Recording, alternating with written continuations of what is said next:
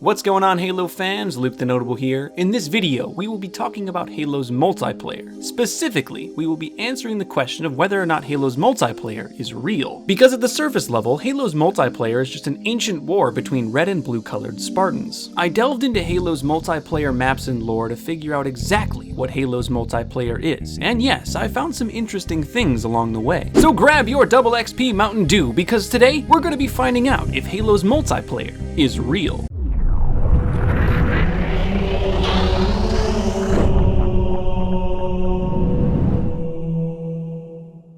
To start this video, I think it makes perfect sense to start with Halo's origin, Halo Combat Evolved, or Halo 1, though back then it wasn't known as Halo 1 because Halo 2 didn't exist. As far as a Halo game goes, multiplayer in Halo Combat Evolved wasn't that deep. First, there was no Xbox Live support, so you could only play in local split screen or System Link. There were also very few game types and game modes, much less than what we saw later with other Halo games. And the map's descriptions followed that trend as well. They're very short and often don't give that much information about the deeper lore of each of these maps. In fact, the only Halo Combat Evolved multiplayer map that has any connection to the deeper lore is Damnation. Now, this is a classic Halo map that's been remade many times in remasters and also Forge, but in the original game, its only description was Covenant Hydro Processing Center. Only 4 words. That's it. But this is an important find because it shows that even back then, Halo Combat Evolved showed some connections between multiplayer and campaign. Sure, it's not a ton of information, but it's something. Part of the reason we only have this little bit of information is because Bungie didn't know what they had when they were building Halo Combat Evolved. How were they supposed to know that they were building a gaming franchise that would last well over 15 years? But with Halo 2, we got a lot more information. Halo 2 was the second Halo game in the series, obviously,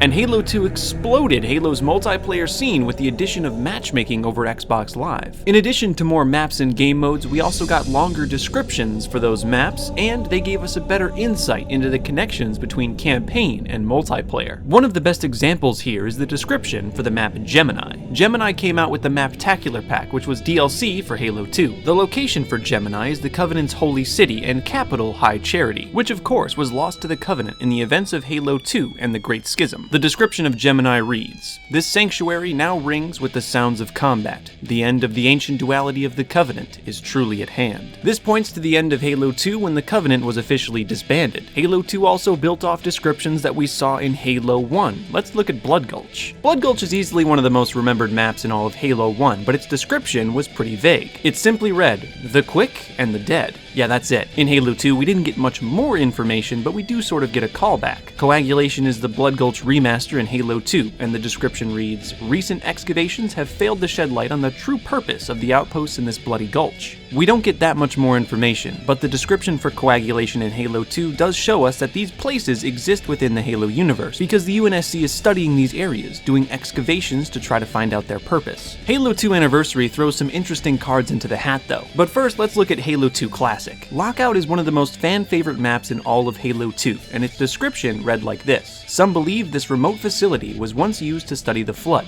but few clues remain amidst the snow and ice." Now, the remastered version of this map, Lockdown, in Halo 2 Anniversary, is almost a time travel of Lockout. In the original Lockout and Halo 2 Classic, there isn't much evidence of anything happening in this map, but with the Halo 2 Anniversary version of this map, Lockdown, we see a lot more evidence of the research that was being conducted here, and that research was research into the Flood. If you look in the shotgun tunnel, you can find tons of evidence of Flood in these containers. And that's not the only place on this map you'll find some Flood. This remaster was done by 343 Industries, the company that now controls Halo. And we'll go more in depth on their stance with multiplayer lore further on in this video, but for now, we're going to move on to Halo 3. Like Halos 1 and 2, Halo 3 only had vague connections between the campaign aspects of the game and the multiplayer aspects of the game. The map descriptions in Halo 3 show that Bungie wanted to show some sort of reality when they were designing the multiplayer maps in Halo 3. Just take a look at the description for the map Valhalla, one of the most popular maps in all of Halo 3. The description of Valhalla reads, "The crew of V-398 barely survived their unplanned landing in this gorge. This curious gorge." Now, V-398 actually refers to the downed Pelican on the map Valhalla. Not much is known about the crew of V-398. They probably were there for some sort of ammunition run because of all of the UNSC ammo scattered across the map. Again, we're just speculating here, but it doesn't really matter. The point is, Bungie tried to paint a clearer picture as to why Valhalla was part of Halo 3's multiplayer. They tried to integrate Valhalla into Halo's lore, even if they only did so slightly. One other interesting bit of information comes from the Halo 3 map, The Pit. Now, like Valhalla, Valhalla, this is easily one of Halo's best maps across all of the games. It's one of those maps that even if you've never played Halo in your entire life, you probably recognize it. And its map description is very interesting. It reads, "Software simulations are held in contempt by the veteran instructors who run these training facilities." This map description is incredibly interesting for a number of reasons. The first is that it acknowledges the fact that Spartans use simulation training programs. It'll be important to remember that piece of information later when we talk about Halos 4 and 5. But I think the more interesting part of this map description is the fact that while simulations do exist in the Halo universe, and this description proves it, there are Spartan training programs that don't use simulations, and the pit is one of those. The ambiance of the map itself proves this. When you're fighting on the pit, there's an announcer that talks over a loudspeaker, and they say different things. Warning, live fire exercise underway. The only explanation for the announcers saying this over the loudspeaker is that this is a live fire exercise and these are real Spartans fighting each other in reality. But again, then respawning wouldn't make sense, so even if this is a live fire exercise, how do you respawn? I think it's just one of Halo's many contradictions, especially if you look deeper into the extended lore. There are a lot of contradictions and different things that different people or things have said that all just mess with each other. And personally, in the first 3 Halo games, it's just better to assume that none of the multiplayer aspects of the game are real. If you try to make arguments for it, it just sort of blows up in your face. I think at the end of the day, you just have to remember that it's a video game and none of this is even real. That's right, Cortana ain't real, gents.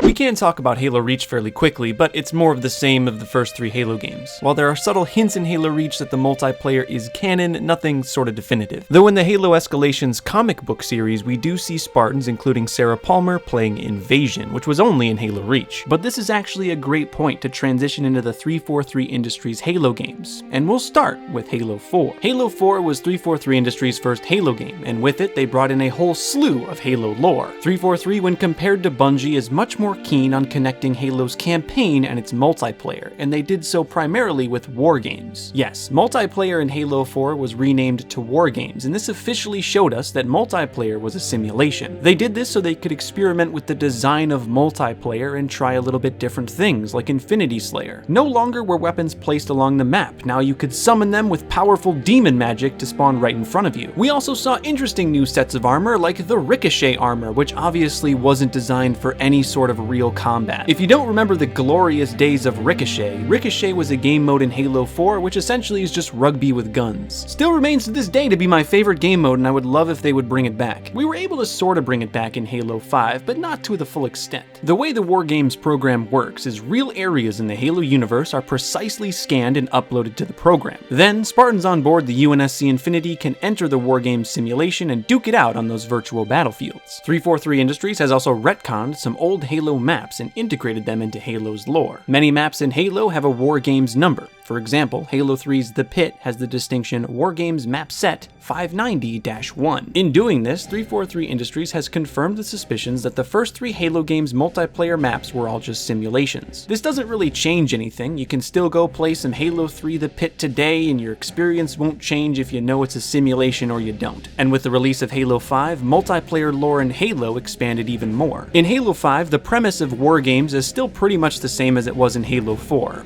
All of the matches that you fight as a Spartan in Halo's multiplayer are simulations. Halo 5's Warzone mode is literally a training simulation. The whole reason you're dropping into Warzone is to fight other Spartans, Marines, and different factions of the Covenant and Prometheans. There's also little fun things about Halo 5's multiplayer lore, like the Timmy helmet, which is described as a glitch in the system. The most important thing you should take away from all of this is the fact that 343 Industries has confirmed Halo's multiplayer as canon. The battles you fight in the multiplayer are real battles between Spartan fire teams, if only in simulation. And I mean, it's likely what the Spartans do in their free time. I mean, if you were a 7-foot-tall killing machine, what else would you do to fill your time with? Minecraft? So yes, the battles that you fight in Halo are real, in the sense that they are canon. They are happening somewhere, even if they're just in a simulation. It is a change that we've seen with the newer Halo games produced by 343 Industries that ultimately doesn't really affect most of the general Halo population, just guys like me that care a little bit too much. But if you're listening to this right now and you are one of those Halo fans that cares a little bit too much, why not try out a free 30-day trial of Audible? If you click the Audible link in the description, you can get 1 free audiobook that you can keep forever, even if you cancel. I recommend Contact Harvest. It's a great first step into Halo's extended lore. That's all for the video, Halo fans. Make sure to come back next week. We've got some spicy Halo videos for you. If you're not already subscribed to my channel, you can subscribe for free right now. Also, make sure to hit the bell icon. You won't see my videos on time if you don't hit it. My name's Luke the Notable. I want all of you to stay notable,